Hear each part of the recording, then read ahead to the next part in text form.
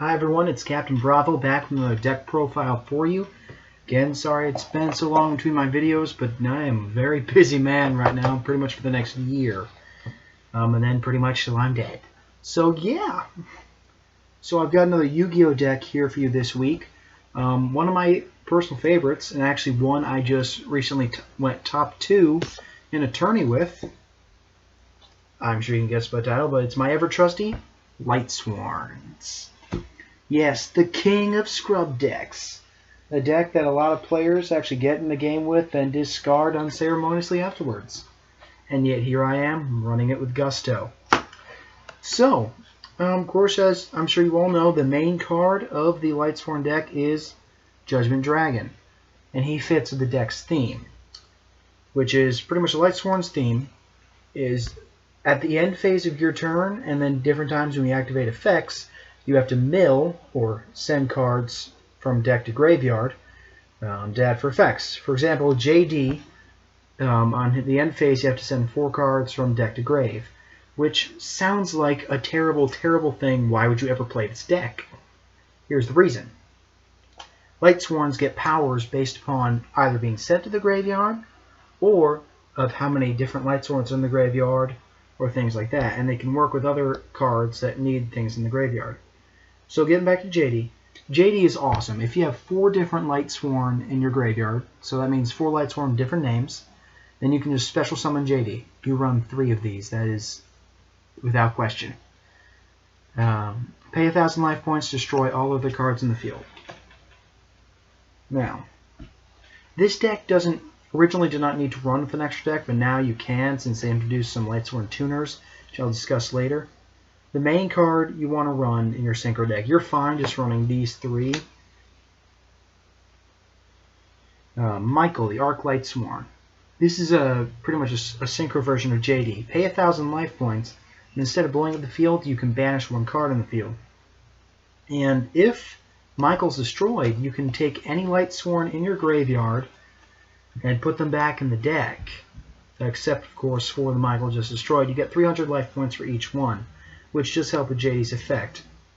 Now, you can run a few other cards in here, like I like to run the Light End Dragon, Avenging Knight Parshath, because they need light monsters. You don't have to, I just find it helps to have a little variety. For example, 2 Xyz that work great with this deck is Equipped Engineer and Starliege Paladynamo. Engineer is a rank 3 monster, takes 2. When a face-up attack position monster will be destroyed by battle or card effect, you can pay 1 Xyz material, switch it to defense mode, and stop it from being destroyed by battle or card effects that turn. For example, let's say you got Engineer out, someone decides to, say, activate a Starlight Road on your JD. Engineer, save your JD. Everything is still blown up. Paladynamo's effect is you can ditch 2 Xyz material, target 1 monster in the field. Its attack is now permanently 0 and it has no effect. This is a rank 4 needing 2 light level 4 monsters. And when it's destroyed, you can draw a card. Now, other such non-actual Lightsworn cards you can use this deck is, of course, what's used in every light deck, Honest. Ditch it from the hand to target 1 light monster that's in battle. Give it attack equal to its opponent. Another thing you can run is, of course, Necro Gardener. This card is perfect and pretty much made for this deck. If this thing's in the graveyard, you banish it, you can stop an attack. And since you're running a few dark monsters, for example, also like Gores, you don't need to run this, but works as a last resort, gives it also a dark monster.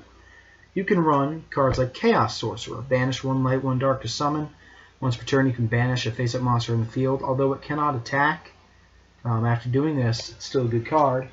But if you want to play the OG powerhouse for this, Blackluster Soldier, Envoy at the beginning. Banish 1 light and 1 dark.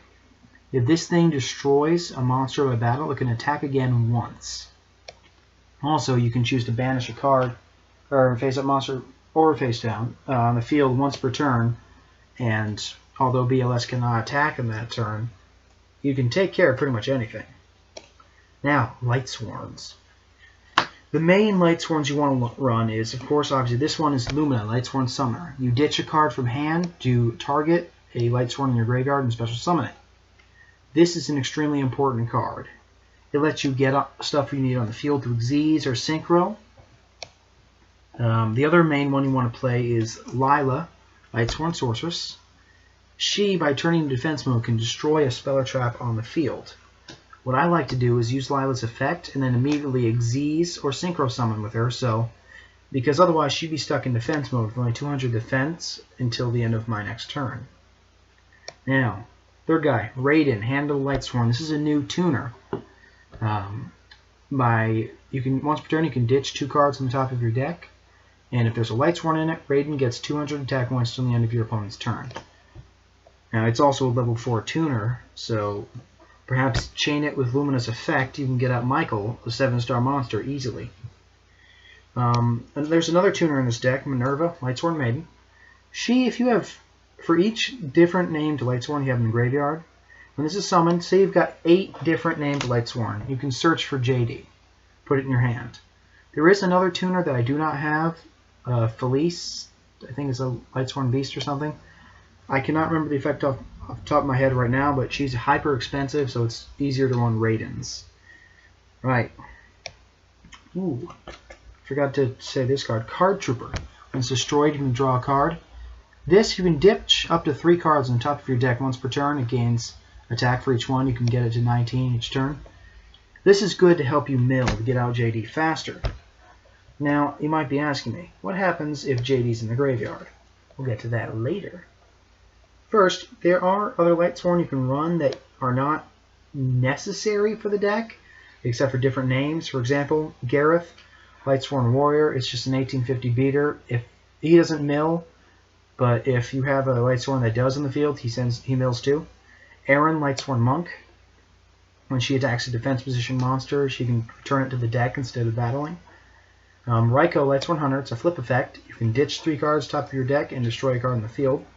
Jane, Lightsworn Paladin, he becomes a 21 beater. And the ever-popular Wolf, Lightsworn Beast. This cannot be normal summoned, but if it's sent from the deck to the graveyard, you can special summon it. Now, what if JD's in the graveyard? Well, for that we have Monster Reincarnation. This is an oldie but a goodie. You ditch 1 card from your hand, add a monster from your graveyard to your hand. So let's say you mill JD with one of your effects, get him back. Foolish Burial. This can help you in a pinch to get the last Lightsworn you need in the graveyard, or maybe first turn if you want to hit Wolf and go for 21. That's good. Next, there's only 2 Lightsworn spells I say run. The rest are unnecessary. First, Charge of the Light Brigade. Mill 3, search for a Lightsworn. I use it often to get out Lumina. Next, Solar Recharge. Discard a Lightsworn, draw 2, mill 2. Now, of course, you don't want to run a lot of traps in this deck, because you're probably just going to mill them. You'll get a lot more use out of monsters and a bit lesser extent spells. But there are 2 traps that I like to run. Fortunately, I only have 1 copy of each at the moment, but they're definitely very useful. First, Breakthrough Skill.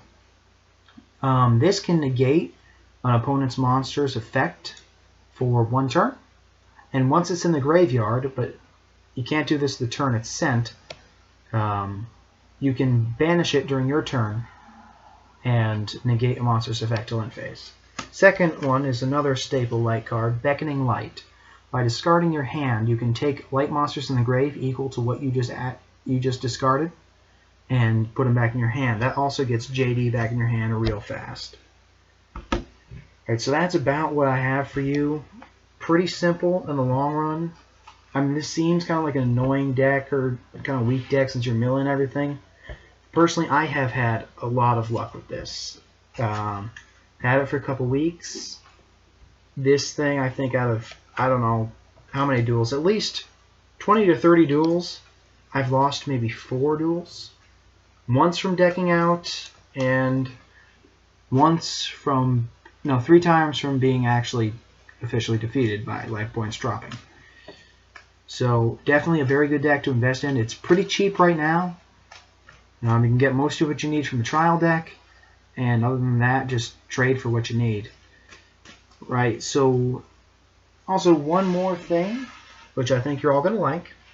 Sometime in the near future, I'm going to be getting a box of Dragons of Legend 2, as well as, for the Buddy Fight fans, a box of Galaxy Burst. I will be doing unboxing on both of them.